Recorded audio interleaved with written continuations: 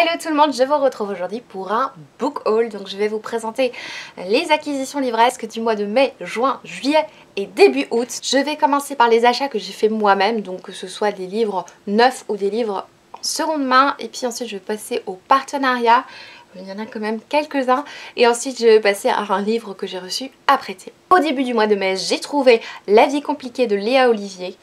Perdu, donc qui est le tome 1 de Catherine Girard-Audet.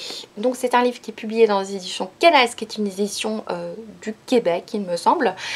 C'est un livre, je sais pas trop de quoi ça parle, mais c'est un petit peu dans le même genre que Le journal d'Aurélie Laflamme, donc un livre assez léger.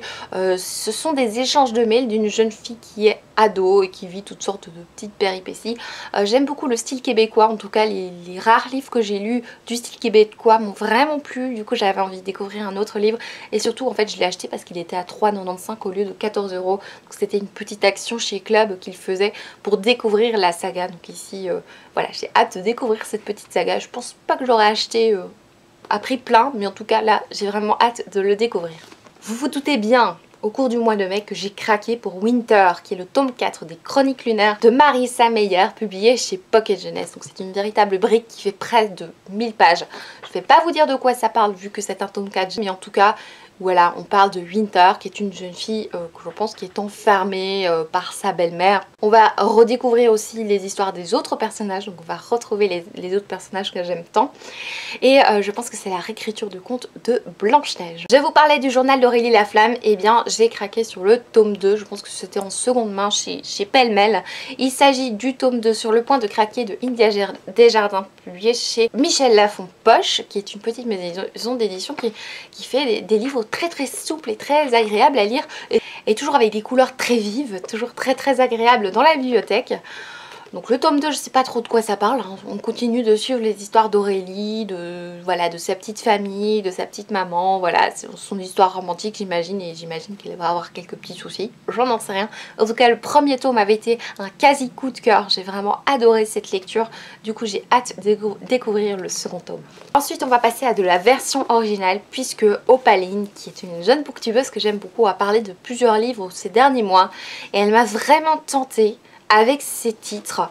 Du coup le premier titre que je vais vous présenter c'est The Kiss of Deception, donc de la saga de Remnant Chronicles de Mary E. Pearson, publié chez Squire Fish. Donc c'est une version originale, souvent les versions originales sont moins chères que les versions françaises. Ça raconte, je pense, une histoire dystopique dans laquelle on retrouve une jeune princesse qui, je crois qu'elle doit se marier à quelqu'un. Voilà, pour une sorte d'alliance politique, mais elle va s'enfuir, elle va pas du tout avoir envie de se marier. Je n'en sais pas beaucoup plus, je sais qu'il y a un triangle amoureux, mais voilà, je pense que la manière dont c'est abordé, ça va être plus agréable que les triangles amoureux qu'on retrouve dans d'autres livres. Donc j'ai hâte de découvrir ce petit livre. On reste avec de la dystopie. Il me semble, il s'agit d'une autre saga, c'est The Winner's Curse de Mary Rutkowski, publié chez Bloomsbury, qui est une maison d'édition anglaise assez courante. Donc ici, nous sommes aussi dans une histoire de mariage. Je pense que c'est une jeune fille qui doit soit se marier, soit rejoindre l'armée. Et je pense qu'elle va vouloir ni l'un ni l'autre. Et elle va prendre un esclave. Enfin, en tout cas, dans le résumé, on parle d'un esclave et qu'elle va peu à peu tomber amoureuse de cet esclave. Je pense que c'est un livre dont Opaline avait parlé dans une vidéo sur le féminisme, et je pense que c'est dans cette vidéo qu'elle m'avait vraiment tentée avec cette lecture. Donc à nouveau la couverture est juste magnifique à un prix tout à fait raisonnable. Vraiment je pense que quand ça sortira en français, si ça sort en français, ce sera chez Robert Laffont à près de 20 €. Ici voilà, c'était près de 10 € pour ce livre. Donc, je suis contente de l'avoir dans ma bibliothèque et j'ai hâte de commencer cette lecture. Toujours dans la VO, et cette fois-ci dans un livre en seconde main que j'ai trouvé chez Pêle-Mêle. Il s'agit d'un livre que j'ai acheté à 2,50 € et quand vous verrez le livre vous allez être assez étonné. Il s'agit de The Spindlers ou de Spindlers, je pense plutôt de Spindlers, de Lauren Oliver, publié chez Harper, une maison d'édition assez connue aussi. Donc regardez ça, c'est une magnifique couverture, c'est un hardback qui plus est, donc à 2,50 €. Franchement c'était quasiment donné. C'est un livre de Lauren Oliver, c'est une auteure que j'ai découverte dans Delirium, la saga Delirium, qui est une des premières dystopies que j'ai pu lire. Je sais pas trop de quoi parle ce livre, je sais juste que c'est un livre plutôt pour enfants, donc vraiment le public plus jeune que Delirium. Et je pense que c'est un livre un petit peu fantastique avec des êtres fantastiques. Je n'en sais vraiment pas beaucoup plus. En tout cas la couverture vend du rêve, j'ai vraiment hâte de découvrir ce livre. toujours dans la VO, j'ai pris Harry Potter et La Chambre des Secrets, le tome 2, donc de J.K. Rowling, publié dans les fameuses éditions, je crois que c'est nouveau, les éditions Bloomsbury, ces fameuses éditions qui font des très belles, une très belle version d'Harry Potter. J'essaye de temps en temps d'en prendre un, j'essaye de pas trop souvent le faire, mais voilà, pour rajouter à la collection, mais ils sont tellement beaux. Ensuite, j'ai trouvé La magie du rangement de Marie Kondo, donc qui est ce fameux livre qui a eu énormément de succès, hein. Il s'agit de la méthode de Marie Kondo, c'est chez Pocket ici en version poche, donc j'avais envie de m'acheter la grande version, mais c'est tellement cher que j'ai quand même attendu qu'il sorte en petit format. Je ne l'ai pas encore lu, mais j'ai lu un passage qui parle du rangement des vêtements et je trouve que ça a complètement révolutionné ma garde-robe, en tout cas mon armoire, puisque je n'ai pas vraiment de garde-robe, et du coup voilà, j'ai envie de lire la suite, puisque en tout cas au niveau du rangement des vêtements ça a été juste génial. Donc voilà pour ce livre. Et pour terminer le mois de mai, j'ai trouvé une bande dessinée chez Pêle-Mêle à 1 €. Donc je me suis pas trop posé de questions. Ça s'appelle Quand souffle le vent de Bonin Galandon, publié chez Dargaud. Je pense que ça se passe au début du XXe siècle dans des mines, je ne sais même pas dans quel pays. Voilà, je n'en sais pas beaucoup plus, si ce n'est que les illustrations sont vraiment très belles et que ça coûtait rien du tout. Voilà pour ce livre. Au cours du mois de juin, j'ai trouvé 2 livres, donc chez Belgique Loisirs. Il s'agit de un petit peu, c'est France Loisirs, mais version de Belgique Loisirs. Je sais que toutes les saisons, il faut acheter son quota de livres, ce que je n'avais pas encore fait. Donc j'ai été rappelée par courrier avec des livres d'ailleurs qu'on m'a envoyés. J'ai pas voulu acheter les livres qu'on m'a envoyés, du coup j'ai changé contre 2 livres. Donc j'ai pris Confess de Colleen Hoover, publié chez Hugo Roman. C'est un livre, honnêtement je voulais pas commencer par celui-là pour Colleen Hoover, je voulais commencer par Maybe Someday, qui me tentait vraiment. J'en ai entendu vraiment beaucoup parler en bien, mais bon voilà, il ne l'avait plus, du coup j'avais envie de découvrir Confess. Je l'ai lu, je vous en ai parlé dans un update lecture, ça avait été une très belle découverte, même si ça n'avait pas été un coup de cœur. Et ensuite, toujours chez Belgique Loisirs, j'ai trouvé Red Rising de Pierce Brown, qui est un livre dont j'ai entendu énormément parler très récemment. En fait, après l'avoir acheté, j'en ai entendu parler en bien. Donc c'est une histoire, je pense, dystopique. Je sais pas trop résumer en fait ce livre de par sa 4e de couverture, parce que c'est pas très clair. En tout cas, ils disent un champ de bataille où règnent 2 règles: tuer ou être tué, dominer ou être dominé. Et ça nous parle d'un héros masculin, pour changer, le héros qui s'appelle Darrow. Et pour terminer avec le mois de juin, vous vous doutez bien que j'ai craqué pour le dernier Franck Tillier, hein. C'est pas une grande surprise, j'ai quand même attendu un petit peu, mais pas trop longtemps non plus. Donc j'ai acheté Rêver de Franck Tillier, publié chez Fleuve Édition, qui nous fait rentrer dans une enquête policière avec des enlèvements de jeunes enfants. Et parallèlement on suit l'histoire d'Abigail, qui est narcoleptique et qui va vivre quelque chose d'assez terrible, puisqu'elle va avoir un accident de voiture et elle va perdre des personnes proches dans cet accident. On parle énormément de rêves dans ce livre, bien évidemment. C'est un livre qui est un véritable puzzle, puisqu'on passe tout le temps du présent au passé, voire au futur en fait. Franchement, c'est un véritable puzzle ce livre. C'est un livre que j'ai déjà lu, que j'ai beaucoup aimé, et je vous en ai déjà parlé dans mon dernier update lecture. Pour le mois de juillet, je n'ai que 2 livres à vous présenter. J'ai L'Art des listes de Dominique Laureau, publié chez Marabout, Poche Marabout, qui est un petit livre dont j'ai entendu énormément parler également. Comme je suis très bordélique, je pense que ça va m'être bien utile ce livre. Je n'ai toujours pas commencé, je sais pas trop comment le lire en fait. Je pense que je vais le lire page par page, mais en fait j'en sais rien. Voilà, j'espère que ce sera bien en tout cas.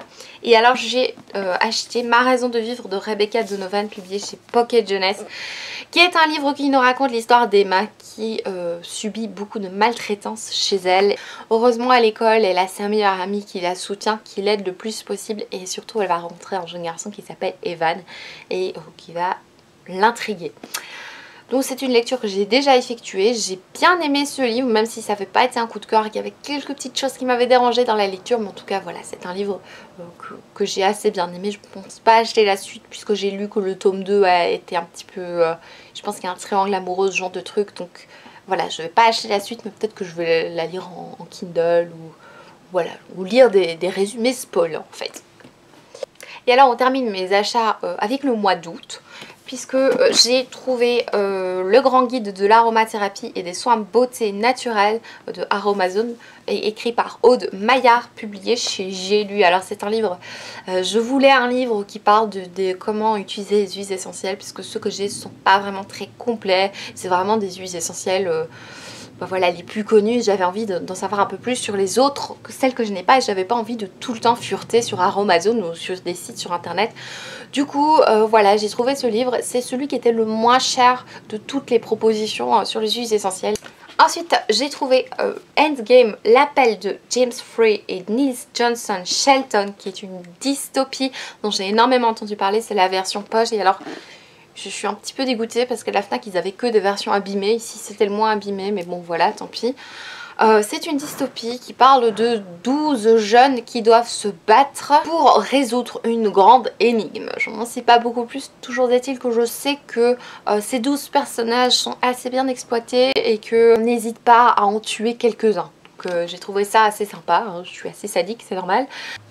Et ensuite, au mois d'août, j'ai pris Harry Potter and the Cursed Child Parts 1 and 2 de J.K. Rowling. Voilà, je suis assez ravie de l'avoir, hein, vous vous doutez bien, j'ai eu beaucoup de mal à ne pas craquer dès le jour de la sortie. J'ai quand même attendu 3 jours, ce qui est formidable pour moi, hein, je dois quand même vous le dire.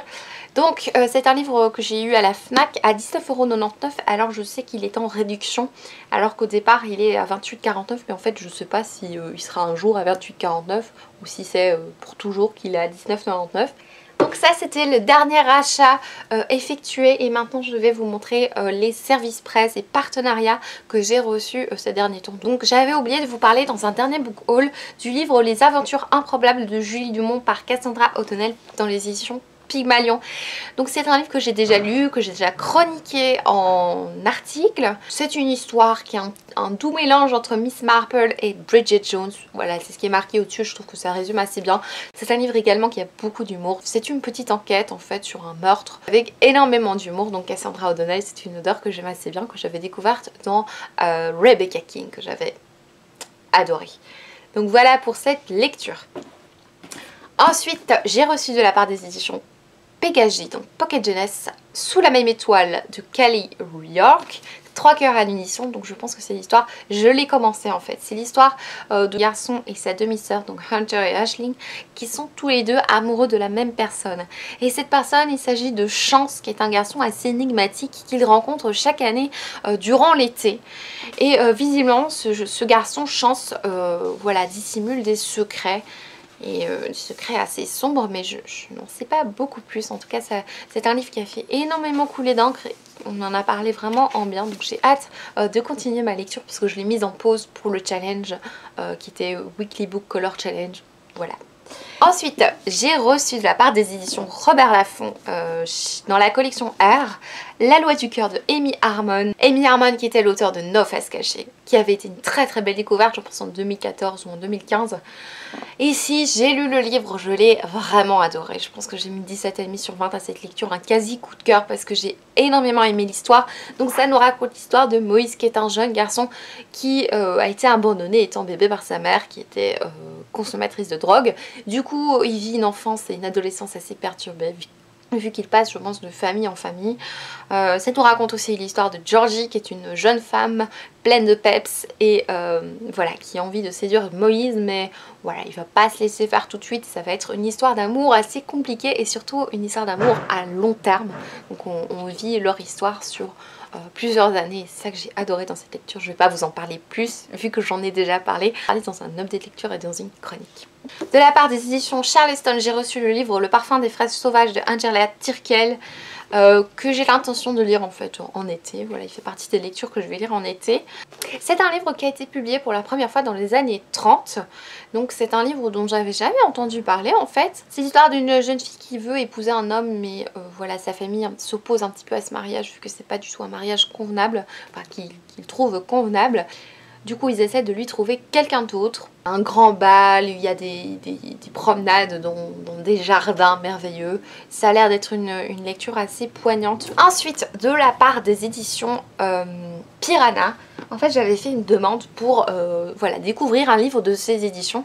Vu que j'ai un petit peu farfouillé sur leur site et j'ai vu qu'ils qui proposait vraiment des livres assez différents, assez hétéroclites.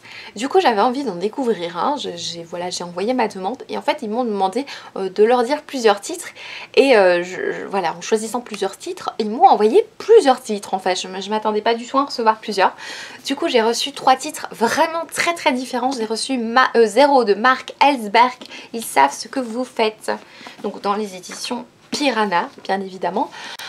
C'est un livre dont j'ai entendu parler en fait sur la chaîne de Lemon June. Je sais qu'elle avait pas du tout aimé, mais je sais qu'il y en a d'autres qui l'ont vraiment aimé. Du coup j'ai un tout petit peu peur. Voilà, avant d'en avoir entendu parler sur la chaîne de Lemon June, j'avais très envie de le lire et puis j'ai vu sa vidéo et voilà, ça m'a un tout petit peu refroidi, mais bon, voilà, je pense que je vais me laisser...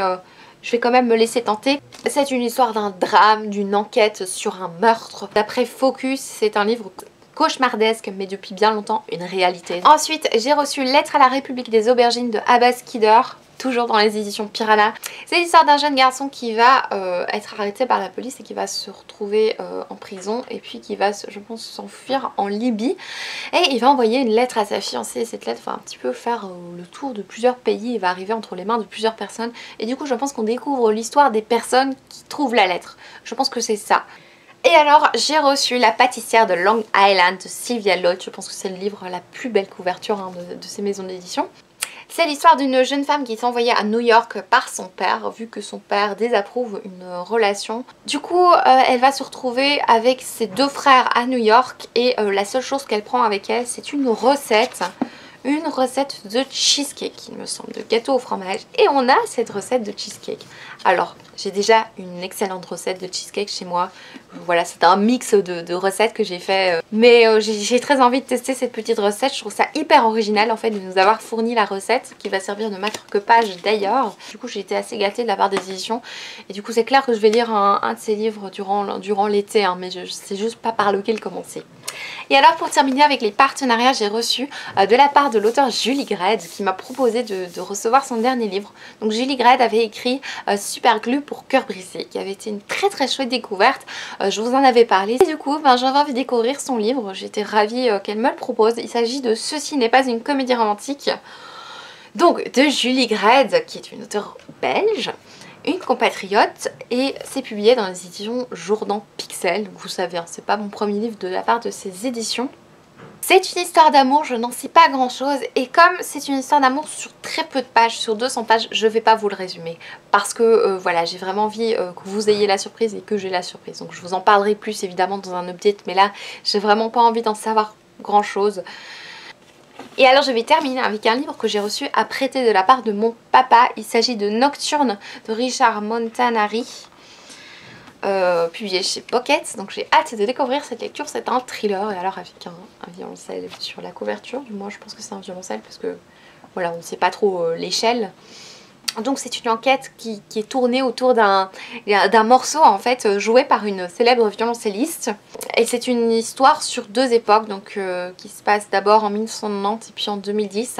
Et voilà, c'est vraiment une enquête policière avec une musicienne. Et du coup j'ai très envie de découvrir ce livre. Et d'après mon papa, c'est un chouette livre. Donc voilà. Voilà pour ce book haul. Je pense pour une fois qu'il ne sera pas trop long. Si vous avez déjà lu des livres que j'ai présentés, n'hésitez pas à me le dire en commentaire. Ça me fera vraiment plaisir de pouvoir partager avec vous.